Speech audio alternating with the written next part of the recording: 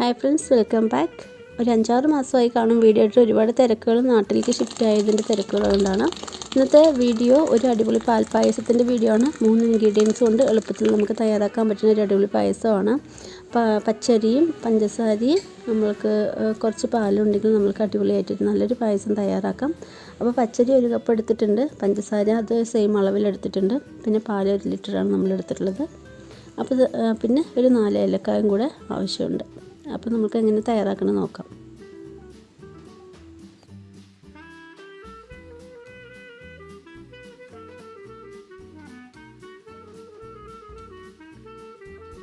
പാല് മുന്നേ കൂടി തിളപ്പിച്ച് വെച്ചതാണെങ്കിൽ ഓക്കെ ആണ്. അപ്പോൾ നമ്മൾ തിളപ്പിച്ചെടുത്തിട്ടുണ്ട് കേട്ടോ. പച്ചരി നല്ലതുപോലെ കഴുകി വൃത്തിയാക്കി ഒരു 2-3 പ്രാവശ്യം നന്നായിട്ട് കഴുകണം. കഴുകിയെടുക്കുക.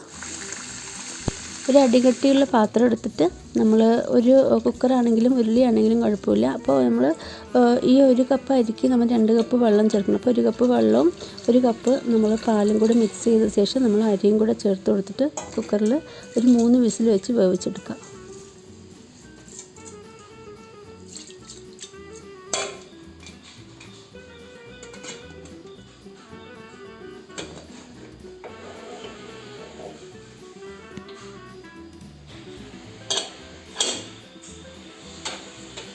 മൂന്ന് വിസിൽ വന്നിട്ടുണ്ട്.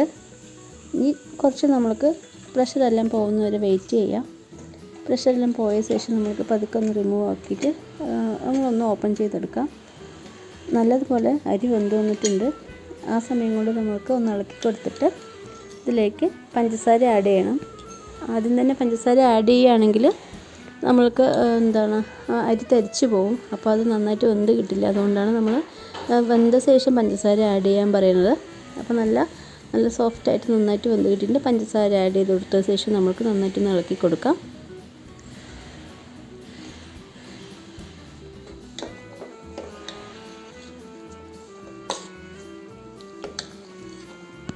ഈ സമയത്ത് തന്നെ നമുക്ക് നമ്മുടെ കയ്യിൽ ബാക്കിയുള്ള പാലുണ്ടല്ലോ, കുറച്ച് പാൽ നമ്മൾ ആഡ് ചെയ്തിട്ടുള്ളൂ. ആ പാലും കൂടെ നമുക്ക് ചേർത്ത് കൊടുക്കാം.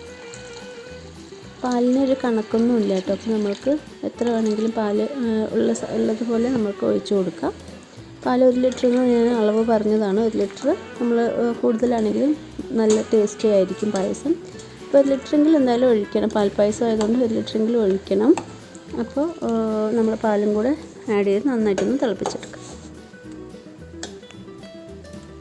നന്നായിട്ട് നമ്മുടെ പായസം എല്ലാം ഇവിടെ നന്നായി തിളച്ച് നല്ല മണമാണ് ഇപ്പോൾ വരുന്നത്.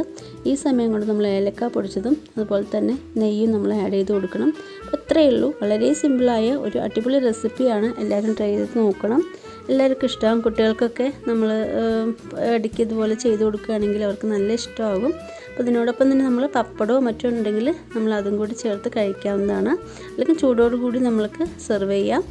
അപ്പോൾ എൻ്റെ ഈ കുഞ്ഞു വീഡിയോ നിങ്ങൾക്ക് എല്ലാവർക്കും ഇഷ്ടമായെന്ന് വിചാരിക്കുന്നു. ഇഷ്ടമാവുകയാണെങ്കിൽ ലൈക്ക് ചെയ്യാനും ഷെയർ ചെയ്യാനും സപ്പോർട്ട് ചെയ്യാനും സബ്സ്ക്രൈബ് ചെയ്യാനും മറക്കാതിരിക്കുക. Thanks for watching. Thanks a lot. Bye bye and take care.